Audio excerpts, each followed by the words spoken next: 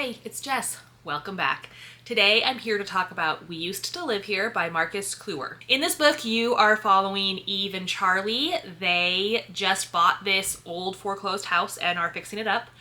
One day, Eve is home alone while Charlie is in town getting supplies, I think, to fix things.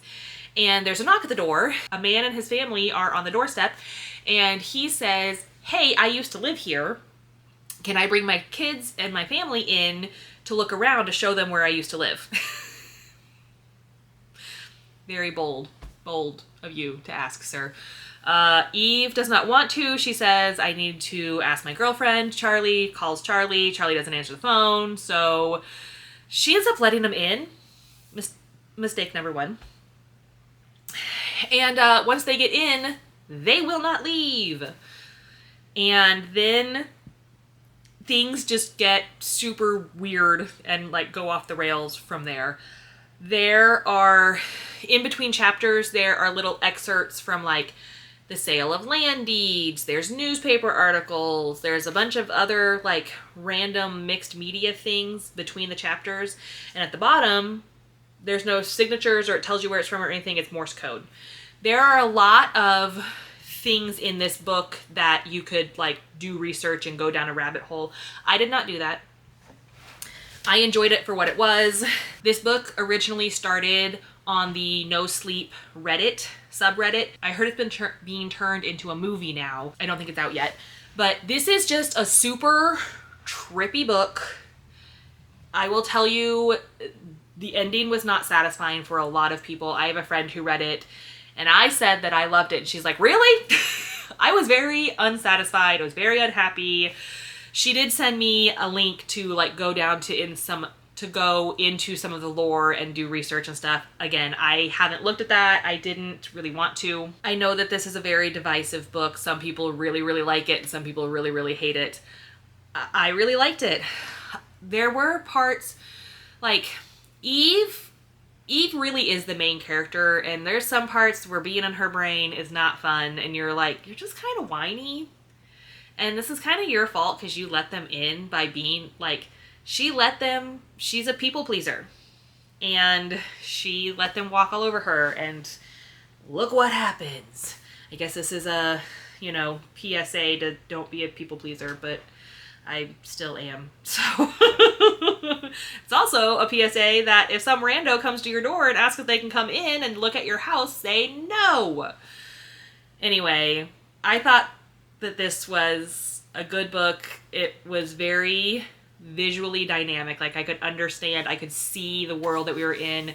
It's very much about, I've heard it's kind of like House of Leaves light. So it's very reminiscent of House of Leaves, where it's weird. There's scene changes. You don't really know what's real and what's not. I have never read House of Leaves. I'm actually terrified to read that book because it just looks like a slog. I'm sure it's very good, but it scares me. If you ever look at that book, it scares me to read it because of the formatting and the whole story that goes with House of Leaves. This is not a review of House of Leaves. Back to our book. It was a mind trip. It made me think. It was very weird. I loved it. But now I want to know, have you read this book? What did you think? All right, I'll talk to you later. Bye. Hey, it's Jess. Welcome back. Today I'm here to talk about Butcher and Blackbird by Bryn Weaver. In this book, you are following two serial unalivers, Rowan and Sloane. They think that what they do is okay because they only unalive bad people. So they're okay with what they do.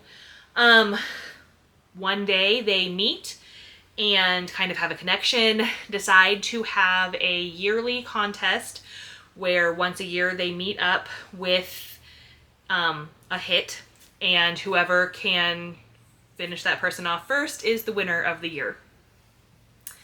So you are following them through several of these encounters. They kind of banter back and forth a little bit between the competitions throughout the year. Then this is a spicy book, so they end up falling in love, and they end up, having having spicy time. A lot of people really love this book series, and I just thought that this one was okay. The characters I felt like read really young, like they were really immature, and there's a page of trigger warnings for this book. I don't really have triggers. Like, I read extreme horror, so I get it. But there's a whole page of them, so I went into it expecting some really gross stuff. Is it gross? Yes. If you don't read horror or extreme horror, I can see why you would be put off by some of this or need a trigger warning. But to me, wasn't as bad as I was expecting. There were some spicy scenes. I found those to be more disgusting than the trigger warning part. Like, during that part of my face, reading part of it, my face was like, no. No. So, again, a lot of people really love this. It is the beginning of a trilogy. I think it's called the Ruinous Love Trilogy. So it's Butcher and Blackbird, Leather and Lark, and then the newest ones, Scythe and Sparrow, just came out. I don't foresee myself reading the other two books. I mean, if I really ran out of things to read, maybe I would.